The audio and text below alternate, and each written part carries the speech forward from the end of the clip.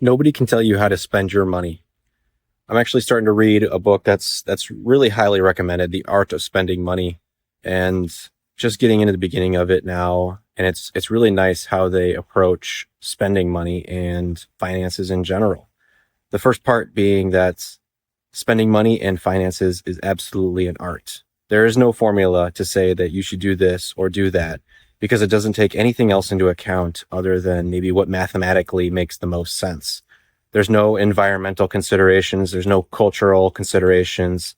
There's no personality considerations. And so that's why it truly harps on the fact that spending and finances comes down to an art, and it's person to person specific. There is no generic formula for anything. The second part that's going to be emphasized is that having more money does not bring happiness.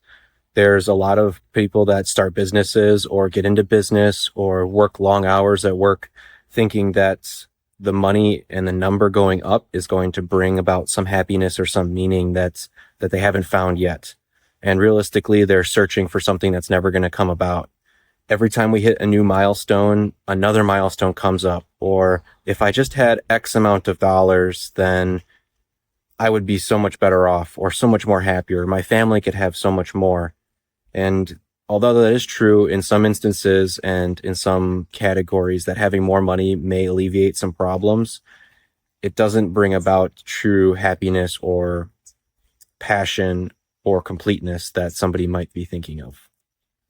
One of the common sayings around finances is that it emphasizes or strengthens the personality traits that somebody already has. And what I mean by that is that it doesn't change a person typically for the better. Typically, it just takes those personality traits that you have, and now you have the resources to do something about them. If you've always wanted to party or to spend money or to showcase something to the outside world, then now you have the resource to do that. You could buy cars, you can go on boats, you can go on trips, take fancy pictures or go into fancy restaurants.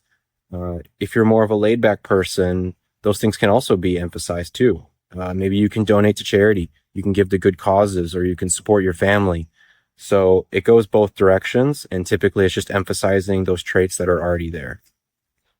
One of the other things that he emphasizes early on in the book, and it's kind of a saying or life lesson, and it's spending money is a quick way to go broke and an expensive way to gain respect or popularity from other people.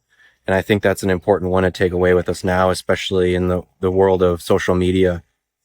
A lot of things that people do is to gain likes, favorites, or to put on a persona to other people that we have become something.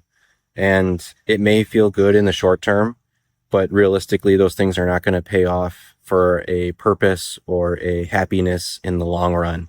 Those numbers can spike really good and make us feel like we're making something of it. And we can become addicted to it. It truly can be an addiction where every day we're posting or swiping or refreshing to make sure that we're hitting a certain number amount.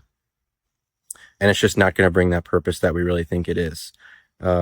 It's very easy to want to spend money to take the pictures on a vacation or to buy a fancy car, but realistically, it's not going to bring about the purpose that we think it will.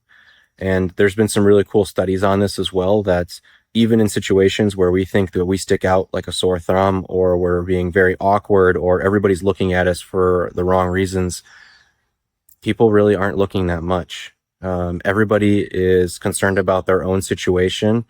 And although you may feel that people around you are paying a lot of attention to you, realistically, they aren't.